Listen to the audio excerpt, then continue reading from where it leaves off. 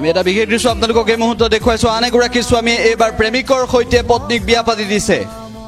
আন এগৰাকী স্বামী এইবাৰ প্ৰেমিকৰ সৈতে পত্নীক বিয়া পাতি দিছে মন্দিৰত নি এনেদৰে বিয়া পাতি দিলে 2 বছৰ পূৰ্বে বিবাহপাশত আবদ্ধ হৈছিল কিন্তু তাৰ পিছত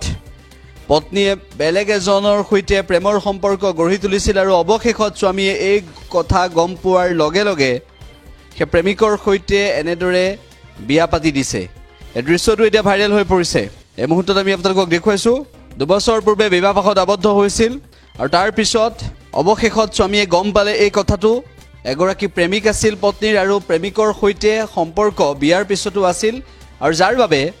সেই প্ৰেমিকৰ সৈতে এনেদৰে মন্দিৰত নি বিয়া পাতি দিছে অৱশেষত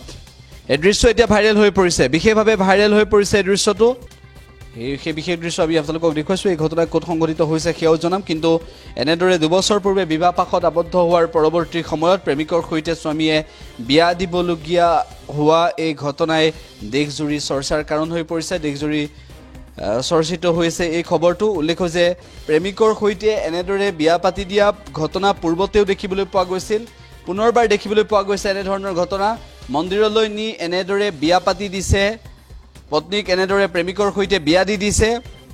হেউতিয়া যি তথ্য আহি পৰিছে সেই তথ্য অনুসৰি স্বামীক ভাবুকি প্ৰদান কৰিছিল পত্নীয়ে যে যদিহে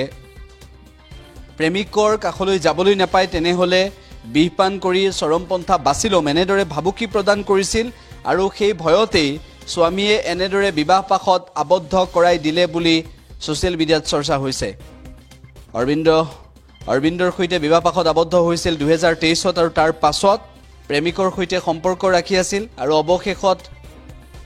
স্বামীৰ সৈতে থাকিবলৈ অনিচ্ছুক হোৱা এইগৰাকী মহিলাই প্ৰেমিকৰ সৈতে বিবাহপাশত আবদ্ধ হ'বলৈ মন মেলিলে ইতিমধ্যে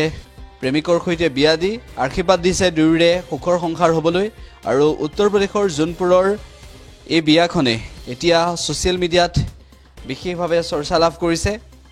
মাত্ৰ দুজনমান লোকক মাতি নি এনেদৰে পত্নীক বিয়া দি দিলে প্ৰেমিকৰ সৈতে আৰু অৱশেষত দুয়োৰে সুখৰ সংসাৰ কামনা কৰিলে স্বামীয়ে এই দৃশ্য এতিয়া ভাইৰেল হৈ পৰিছে উত্তৰ প্ৰদেশৰ জোনপুৰৰ এই ঘটনা এই খবৰে চৰ্চা লাভ কৰিছে সোশ্যাল মিডিয়াত